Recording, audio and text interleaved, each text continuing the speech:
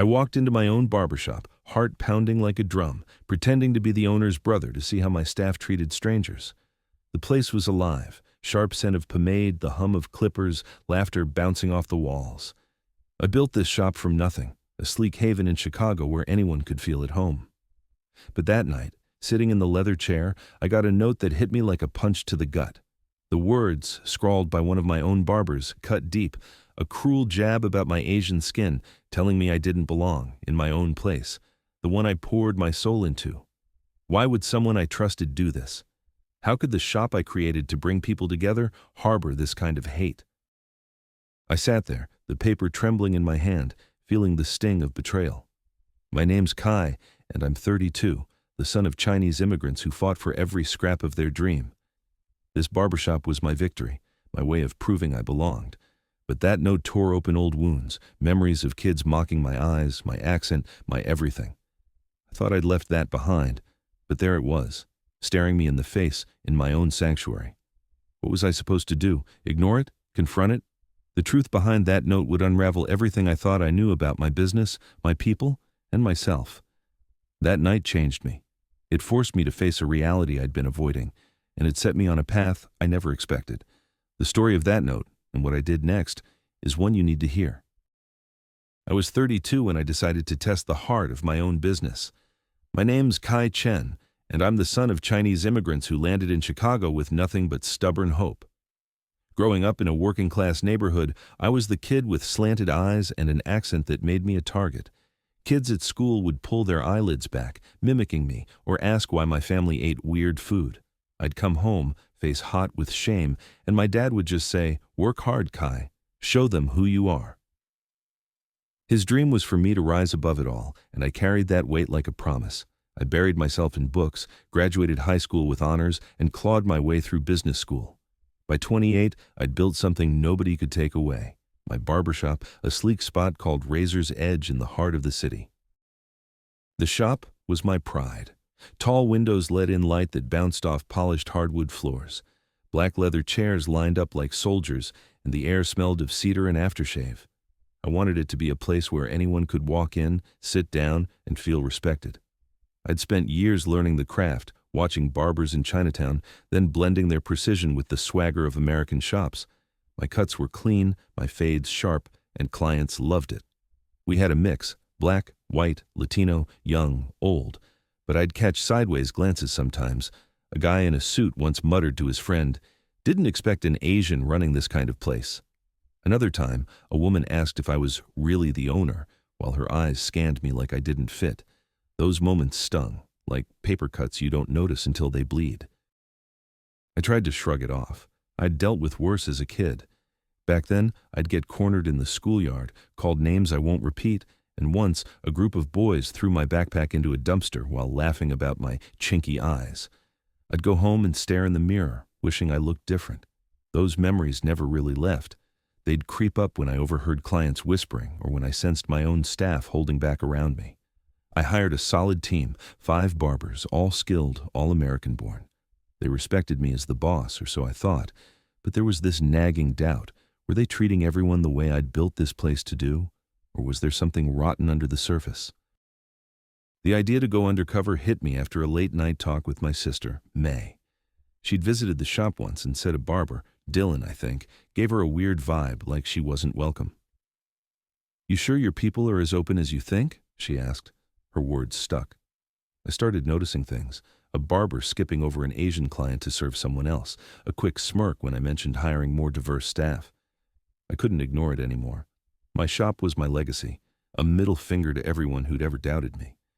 If it was tainted by the same prejudice I'd fought my whole life, I had to know. So I planned it out. I'd walk into Razor's Edge, not as Kai Chen, the owner, but as his brother, some guy named Mike. No suit, no polished shoes, just a hoodie, jeans, and a baseball cap pulled low. I'd book a cut, sit in the chair, and see how they treated me when they thought I was just another customer. My heart raced at the thought. What if I was wrong? What if I was right? I'd spent years building this place to prove I belonged, to honor my dad's sacrifices. He'd worked double shifts at a restaurant, hands raw from dishwashing, so I could have a shot. If my own shop was betraying that, it'd break me. but I had to find out. That Friday, I stood outside the shop, the neon sign buzzing above me, and took a deep breath. I wasn't just walking in as a customer, I was walking into the truth. That Friday night, I pushed open the glass door of Razor's Edge, my barbershop, with my stomach twisting like a knotted rope. The place was buzzing, clippers humming, hip-hop thumping low, and the sharp tang of aftershave hanging in the air. I was Mike, the owner's brother, not Kai Chen, the guy who signed the paychecks. My hoodie sagged, jeans frayed at the knees, and a cap shaded my eyes. I wanted to blend in, just another guy needing a cut. The waiting area had a few guys flipping through magazines or scrolling on their phones. I signed in at the front desk, and Lisa, my manager, gave me a quick nod without a hint of recognition. Good. The disguise was working. Dylan, one of my top barbers, called me over to his chair.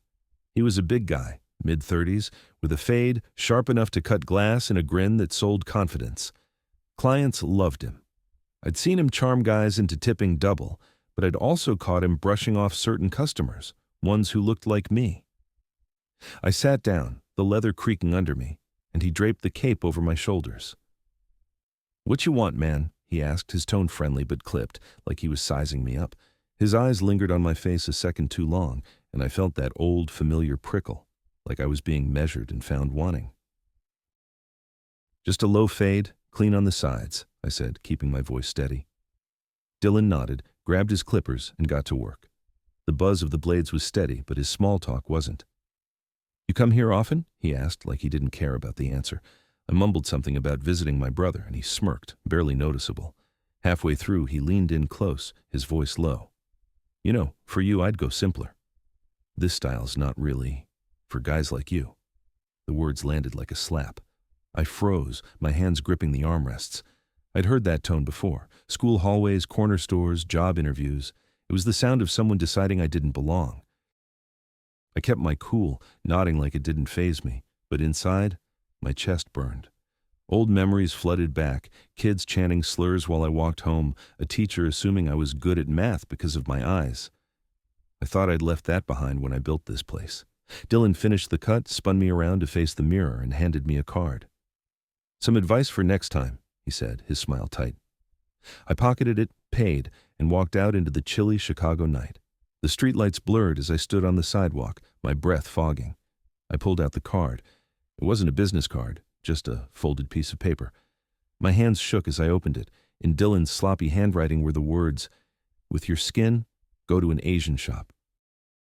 My heart slammed against my ribs. The city noise, cars, voices, a distant siren, faded to nothing. This wasn't just a jab, it was a knife to everything I'd built. Razor's Edge was my dream, a place where anyone could walk in and feel like they belonged. I'd spent years proving I could run a shop like this, that my background didn't make me less. And here was one of my own guys, in my own place, telling me I wasn't welcome. The note felt heavy in my hand, like it carried every insult I'd ever swallowed. I thought of my dad working late nights at the restaurant, his hands cracked from dishwater, all so I could have a shot. This shop was his dream as much as mine, and now it felt tainted. I walked home, the note burning a hole in my pocket. My apartment was quiet, just the hum of the fridge and the faint glow of streetlights through the blinds. I sat on the couch, staring at the paper. Part of me wanted to crumple it, pretend it never happened. But another part, the kid who'd fought to be seen, who'd built this business from nothing, knew I couldn't let this go.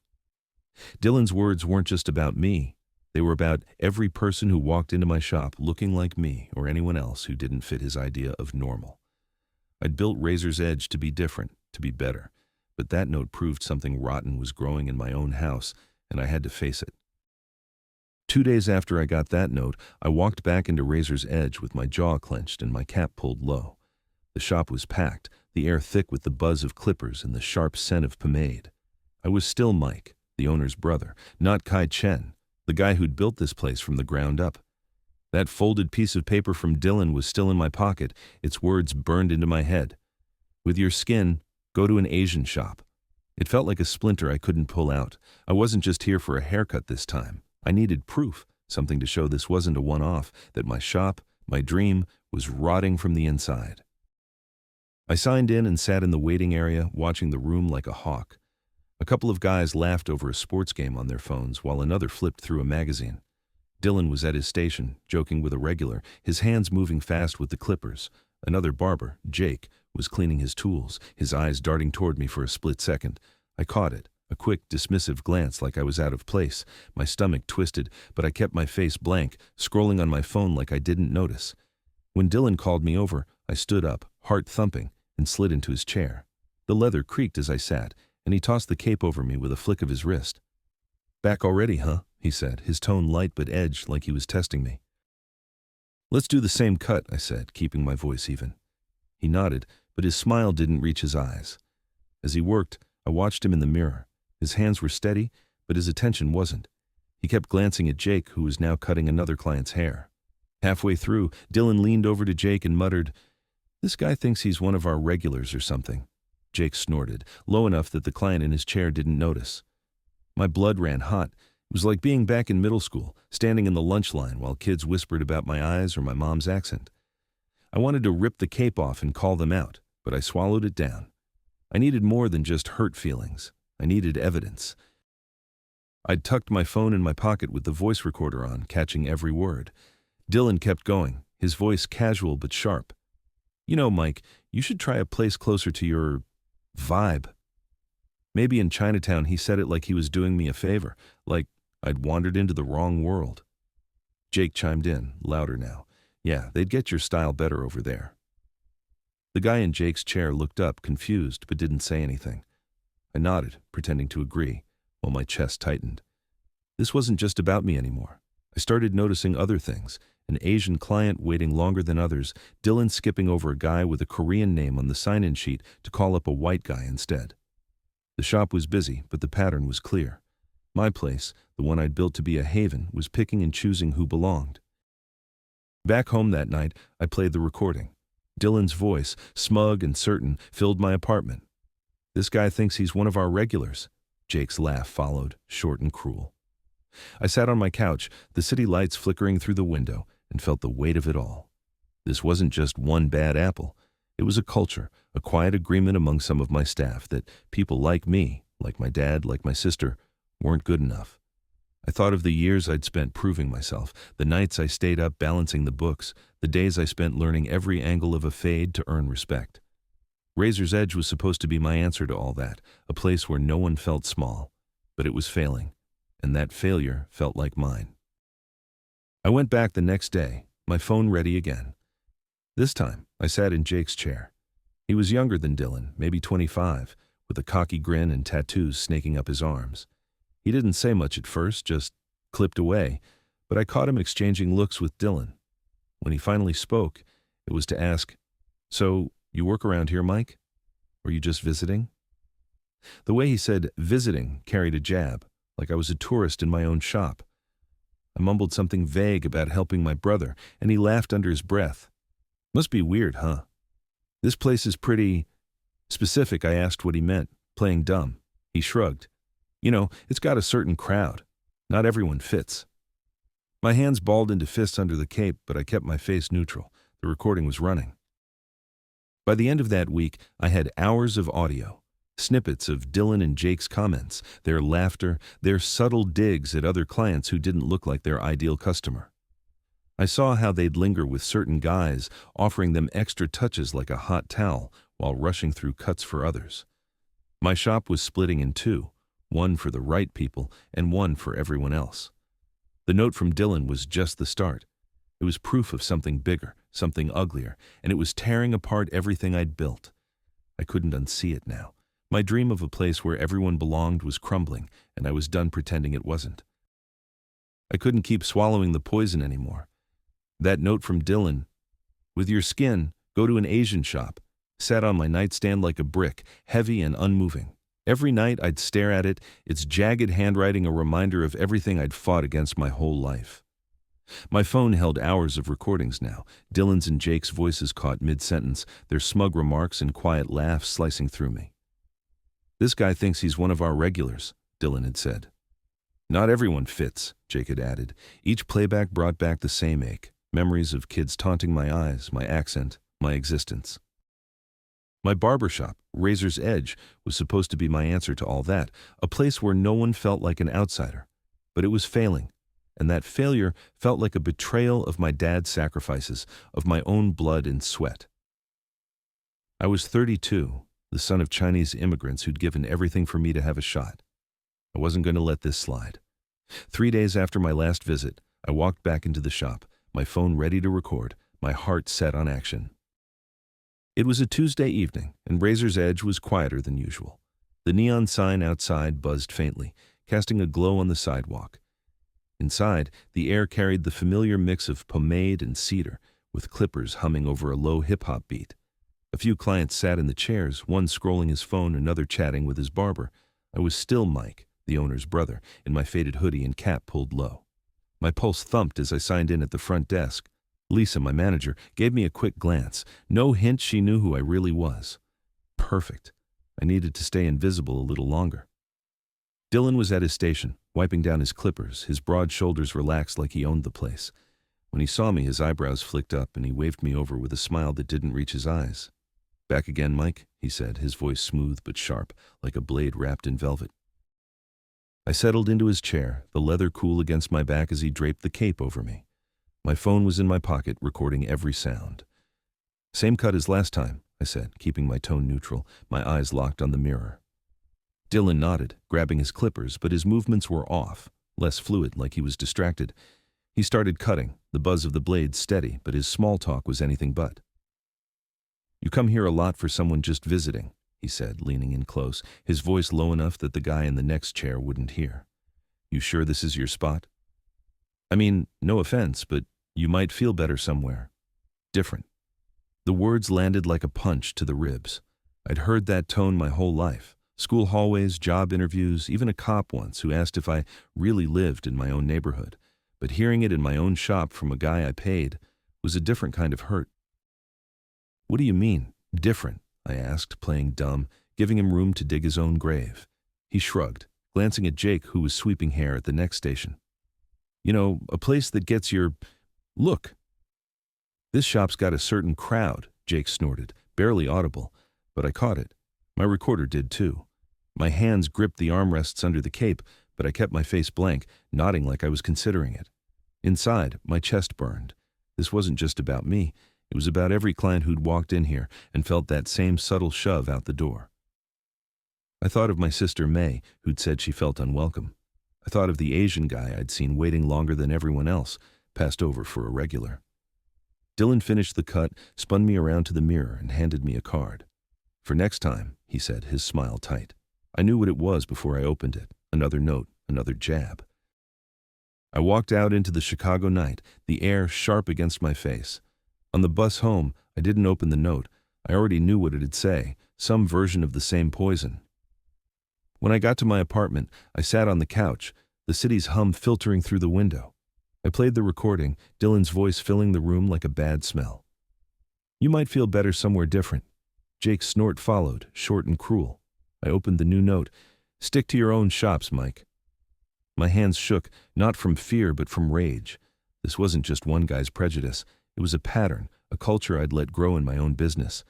I thought of my dad, washing dishes until his hands bled, telling me to work hard to prove them wrong. Razor's Edge was my proof, my middle finger to every kid who'd laughed at me, every teacher who'd assumed I was less. And now it was tainted. The next morning, I called Lisa. She'd been with me since day one, a 40-something woman with a sharp mind and no patience for nonsense. We met at a coffee shop a few blocks from the shop, the kind with chipped mugs and the faint smell of burnt espresso. I laid it all out, the note, the recordings, everything. Lisa's face went still, her fingers tightening around her coffee. "Kai, I had no idea it was this bad," she said, her voice low. "But I'm not surprised. I've heard complaints about Dylan before, mostly from Asian clients. One guy said Dylan rushed his cut, barely talked to him. Another said Dylan told him to try another shop. I thought they were one-offs. I should have dug deeper." Her honesty hit me hard. She'd buried those complaints, thinking they weren't worth escalating. I couldn't blame her entirely. I'd been too busy playing boss to notice the cracks myself. We mapped out a plan. I'd call a staff meeting, all 5 barbers, and lay everything bare. But I wouldn't go in as Mike. I'd go in as Kai Chen, the owner, and let the truth hit like a freight train. That Friday, I stood outside Razor's Edge, the neon sign flickering above me, my heart pounding like it did the day we opened. The shop was closed for the night, the chairs empty, the mirrors reflecting the dim glow of the lights. The team was in the break room, sipping coffee, joking around. Dylan leaned back in his chair, arms crossed like nothing could touch him. Jake was scrolling his phone, laughing at something. I walked in, no cap, no hoodie, wearing the suit I'd worn when I signed the lease 4 years ago. The room went quiet, the air thick with confusion. "I'm not Mike," I said, my voice steady but loud enough to cut through the silence. "I'm Kai Chen. I own this shop." Dylan's face drained of color, his smirk gone like it had been slapped off. Jake's phone slipped from his hand, clattering on the table. The other 3 barbers, Carlos, Nate, and Sarah, stared, their eyes wide, shifting between me and Dylan. I held up the first note, the one that started it all, and read it aloud. "With your skin, go to an Asian shop." Then I played the recordings, letting Dylan's and Jake's voices fill the room. "You might feel better somewhere different." The words echoed, raw and ugly. The team sat frozen, the hum of the AC the only sound. "This is what's been happening in my shop," I said, looking at each of them. "The shop I built for everyone. And it stops now." That moment wasn't just about calling them out. It was about taking back my dream, about fighting for the place I'd built to honor my dad, myself, and every person who'd ever felt small. But I knew this was just the first step. The real fight was coming. The break room was so quiet you could hear the faint buzz of the neon sign outside. I stood there, suit crisp, no cap, no hoodie, just Kai Chen, the owner of Razor's Edge. My heart was still racing from dropping the bomb. "I'm not Mike. I'm Kai." Dylan's face had gone white, his usual smirk wiped clean. Jake's phone lay forgotten on the table, and the other 3 barbers, Carlos, Nate, and Sarah, sat frozen, their eyes darting between me and the folded note in my hand. I held it up, the one that started it all, and read it aloud, my voice steady but heavy. "With your skin, go to an Asian shop." The words hung in the air like a bad smell. Then I hit play on my phone, letting Dylan's recorded voice fill the room. "You might feel better somewhere different," he'd said, followed by Jake's snort. The recording ended, and the silence was deafening. I looked at my team, the people I'd trusted to carry my vision, and said, "This is what's been happening in my shop." My shop. And it's not just one guy, it's a problem we've all let slide. Dylan shifted in his chair, his jaw tight. "It's not what it sounds like, Kai," he started, his voice low, like he was trying to charm his way out. "I was just joking, man." "No harm," meant. Jake nodded, quick and nervous, like a kid caught cheating on a test. "Yeah, just messing around," he mumbled. I wasn't buying it. I'd heard those excuses before, middle school bullies laughing off slurs, coworkers brushing off jokes about my accent. I held up a hand to stop them. "Don't," I said. "This isn't a joke. This is my business, my dream, and you're telling people like me they don't belong." The room stayed quiet, but I could feel the weight of their eyes, some guilty, some shocked, some just waiting for what came next. I'd already started digging deeper with Lisa, my manager. After our coffee shop talk, she'd pulled client feedback forms from the past year, and the pattern was clear. 3 Asian clients had mentioned Dylan by name, saying he rushed their cuts or made them feel unwelcome. One wrote, "He told me I'd like a place in Chinatown better." Another said, "Felt like I was an inconvenience." Lisa had brushed those off as one-offs, but now, with my recordings in that note, they were pieces of a bigger picture. I'd also talked to a few regulars, guys I trusted who'd been coming since we opened. One, a black guy named Marcus, told me he'd overheard Dylan muttering about certain clients not fitting the shop's vibe. Another, a Latino guy named Javier, said Dylan had skipped over an Asian guy in the waiting area to call him up instead. It wasn't just me. It was anyone who didn't fit Dylan's idea of the right customer. Back in the break room, I laid it all out. I played more recordings, Dylan telling me to try Chinatown, Jake laughing about my look. I showed the second note. "Stick to your own shops, Mike." Sarah, one of the younger barbers, looked like she might cry. Carlos, who'd always been quiet but solid, stared at the floor. Nate, the oldest of the group, shook his head, muttering, "Man, that's messed up." Dylan tried again, his voice louder now. "Look, Kai, I didn't mean it like that. I'm good with everybody. You know me, but I didn't know him, not really. I'd hired him for his skill, his charm with clients. but I'd missed the poison underneath. "You spread rumors," I said, my voice calm but cutting. "You told people I don't get American style because I'm Asian. You made clients feel small. That ends now." Lisa stepped in, her voice firm. "We've got client complaints, Dylan. This isn't just Kai's word, it's a pattern. That's when the dam broke," Sarah spoke up, her voice shaky. "I heard Dylan say stuff before. Not just about Asian clients, about black guys too. I didn't say anything because he's the star around here. I didn't want to rock the boat." Carlos nodded slowly. "I saw him skip over people in the waiting area. I thought it was just him being picky, but yeah, it was always the same kind of clients." Nate looked at Dylan, his face hard. "You made us all look bad, man." Dylan's shoulders slumped, his charm gone. Jake stayed quiet, his eyes glued to the table. I took a deep breath and told them my story. Not the polished version I gave in business meetings, but the real one. Growing up, I was the kid with the weird lunch, the slanted eyes, the accent that made teachers assume I was slow. I told them about the schoolyard, where kids threw my backpack in a dumpster and laughed about my chinky face. I told them about my dad, working double shifts at a restaurant, his hands raw from dishwater so I could go to college. I told them about building Razor's Edge to prove we belonged, to make a place where no one felt like I did back then. "This shop," I said, "was supposed to be for everyone, but it's not. And that's on all of us." Sarah wiped her eyes. Carlos looked up, his face heavy with guilt. Even Dylan was silent, his hands clasped tight. I fired Dylan on the spot. "You're done," I said. "Pack your stuff and go." He didn't argue, just grabbed his bag and walked out, the door slamming behind him. Jake got a warning. He'd been complicit, but not the ringleader. I told the team we'd have a bigger meeting later to figure out how to fix this. Lisa and I spent the next week digging deeper, talking to more clients, cross-checking schedules to see who else might have been brushed off. The truth was uglier than I'd expected. Dylan hadn't just targeted Asian clients, he'd made Black and Latino clients feel like second-class citizens too. The shop's culture had let him thrive, and others had stayed quiet to keep the peace. Word got out. A regular posted about my speech on social media, and it spread like wildfire. Clients started sharing their own stories, times they'd felt ignored or rushed by Dylan. A few said they'd stopped coming because of him, but others, like Marcus and Javier, rallied behind me, posting about how Razor's Edge was their spot, how they wanted it to be better. The support hit me hard. I'd been so afraid of losing everything, but these people, my people, were fighting for the same dream I was.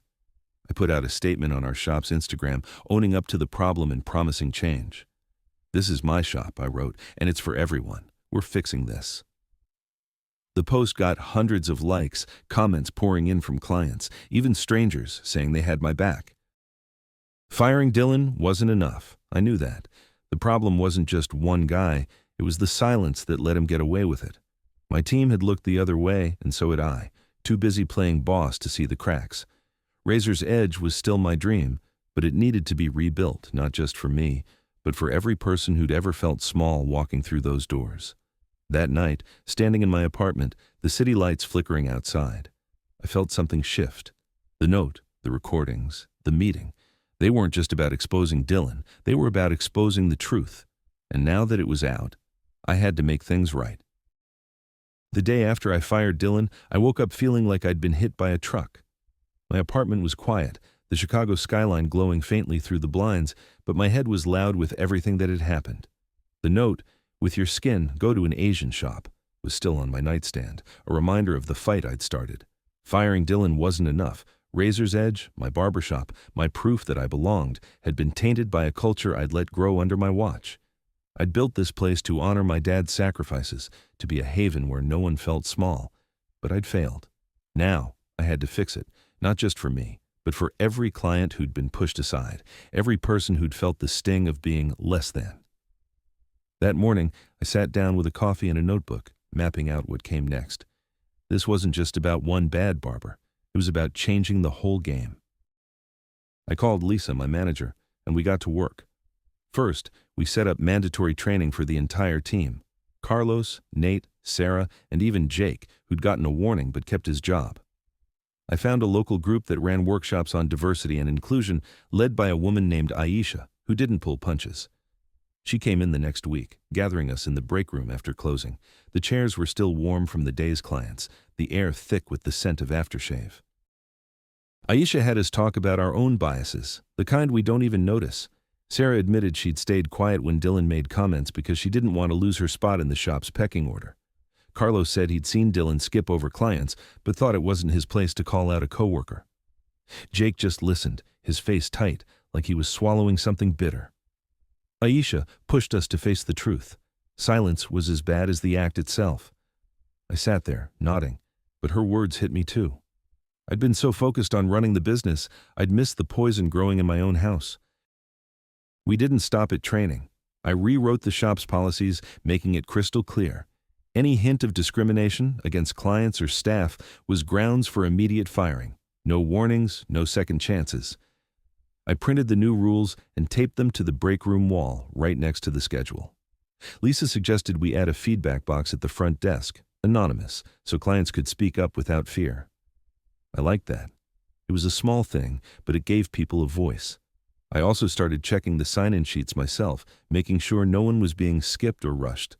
The team knew I was watching now, and not as Mike, the fake brother, but as Kai Chen, the owner who wasn't playing around anymore. Word about what happened spread fast. That social media post from a regular, Marcus, had blown up, with clients sharing their own stories about Dylan's behavior. But it wasn't just complaints. People started posting about why they loved Razor's Edge, how Nate always remembered their kids' names, how Sarah gave the cleanest fades in the city. A woman named Carla wrote about bringing her son for his first haircut and how Carlos made him feel like a king. Those posts hit me hard. They reminded me why I'd built this place. Soon, clients were coming in more than ever, filling the chairs, the waiting area buzzing with new faces. Some said they'd heard about the shop's new vibe and wanted to support it. Others just wanted a good cut and a place where they felt seen. Either way, Razor's Edge was starting to feel like the haven I'd always wanted it to be. I didn't want to hide what had happened. A local paper, the Chicago Reader, reached out after seeing the social media buzz. I agreed to an interview, sitting in a coffee shop with a reporter named Elena, who scribbled notes as fast as she could talk. I told her everything. Growing up with kids mocking my eyes, my dad's endless shifts at the restaurant, the note from Dylan, the recordings, the meeting. I didn't sugarcoat it. I messed up, I said. I let my shop become a place where people felt small. I'm sorry, and I'm fixing it. The article came out a week later with a headline that read, "Chicago barbershop owner takes stand against bias." It wasn't just about me. It called out the quiet prejudice in the industry, the way salons and shops could make people feel invisible. The response was overwhelming. People emailed, called, even stopped by to shake my hand. A few shared their own stories of being sidelined because of their skin, their accent, their name. It wasn't just my fight anymore. The shop's numbers climbed. We were booking out weeks in advance, and I had to hire 2 new barbers to keep up. But more than that, I felt something shift inside me. That note, the one that had cut so deep, had taken something from me, my belief that I'd built something pure. Now, I was taking it back. I wasn't just Kai Chen, the guy who'd made it out of a tough childhood. I was Kai Chen, the guy who'd faced the truth and fought for his dream. I started meeting with local activists, people like Aisha, who were working to make businesses across the city more inclusive. We talked about training programs, ways to call out bias without waiting for a crisis. I even spoke at a community event, sharing my story to a room of small business owners. "Your silence is as bad as the act," I told them, echoing Aisha's words. "Don't wait for a note to wake you up." Razor's Edge became more than a barbershop. It became a symbol, a place where people walked in knowing they'd be treated right, no matter who they were. The feedback box filled up with notes, some about great cuts, others about how the shop felt like home. One guy wrote, "First time I didn't feel like I had to prove I belonged." That one stayed with me. I thought of my dad, who'd never lived to see the shop, but whose dream was in every brick of it. That note from Dylan, the one that had almost broken me, was now just a piece of paper. It had sparked something bigger, a mission to make sure no one else felt the way I did that night. I wasn't done fighting, but for the first time in a long time, I felt like I was winning. 6 months after that night in the break room, I stood in Razor's Edge, watching the shop hum with life. The chairs were full, clippers buzzing, clients laughing over the low thump of music. The air smelled of cedar and pomade, same as always. But something felt different, lighter, like the place had finally become what I'd dreamed it would be. That note from Dylan, the one that had gutted me with its words, "With your skin, go to an Asian shop," was now just a memory, tucked away in a drawer. It had been the spark that forced me to face the truth about my business, my team, and myself.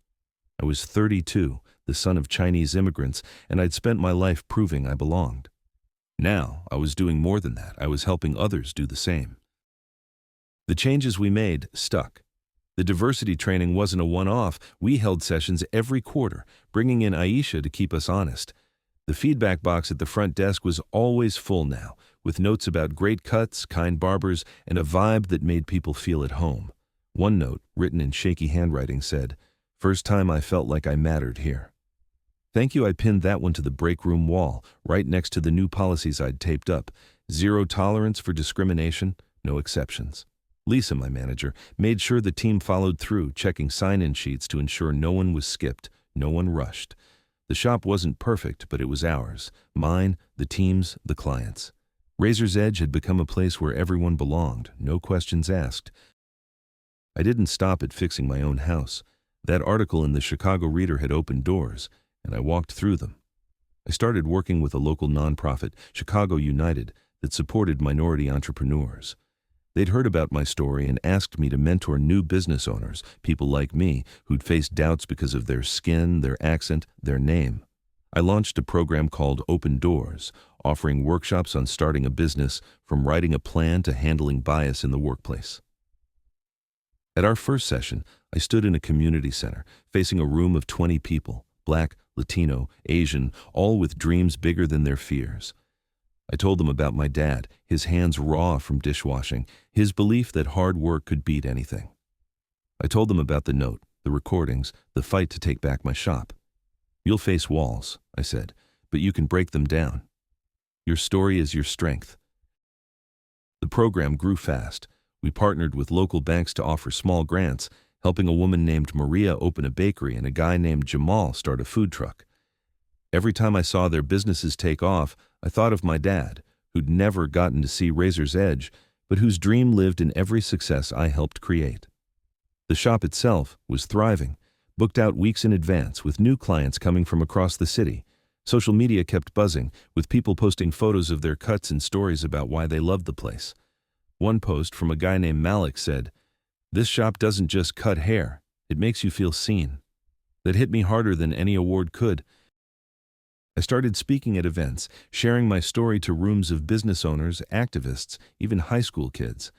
I'd hold up a copy of that Chicago Reader article, the one that told the world about my fight, and say, "This started with a note that tried to push me out."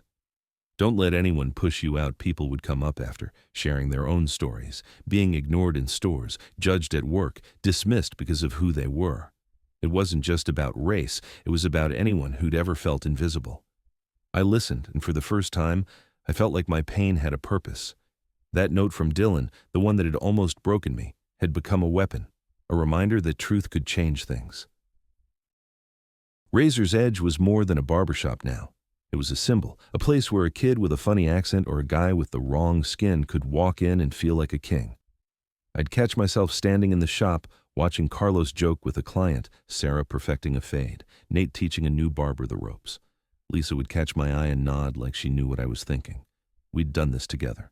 I'd think of my dad, who'd told me to work hard, to show them who I was. I'd shown them, and I was still showing them every day. That note was still in my drawer, but it didn't haunt me anymore. It was proof of what I'd overcome, a spark that had lit a fire. I'd turned my pain into something bigger, a mission to make sure no one else felt small. If you've ever felt like you didn't belong, like your skin or your voice marked you as less, know this: your truth can change things. Razor's Edge is proof of that. My shop, my dream, stands for something now. It's not just about haircuts, it's about dignity. And that's stronger than any hate.